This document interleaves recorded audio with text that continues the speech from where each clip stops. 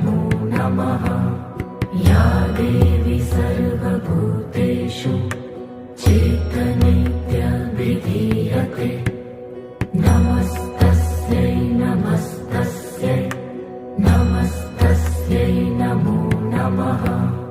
या देवी सर्वभूतेषु बुद्धिरूपेण संस्थिता नमस्तस्यै नमस्तस्यै नमस्तस्यै नमो नमः।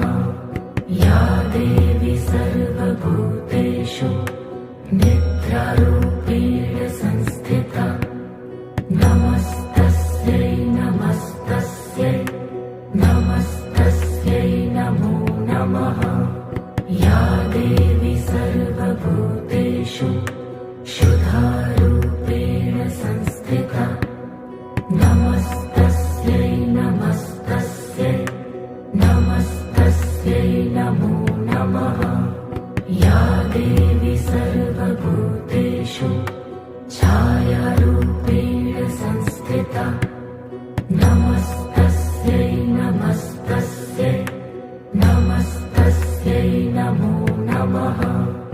या देवी सर्वभूतेषु शक्तिरूपेण संस्थिता नमस्तस्यै नमस्तस्यै नमस्तस्यै नमो नमः।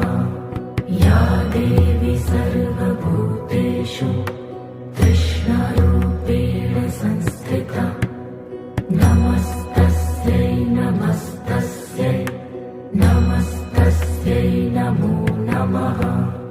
या देवी सर्वभूतेषु शान्तिरूपेण संस्थिता नमस्तस्यै नमस्तस्यै नमस्तस्यै नमो नमः।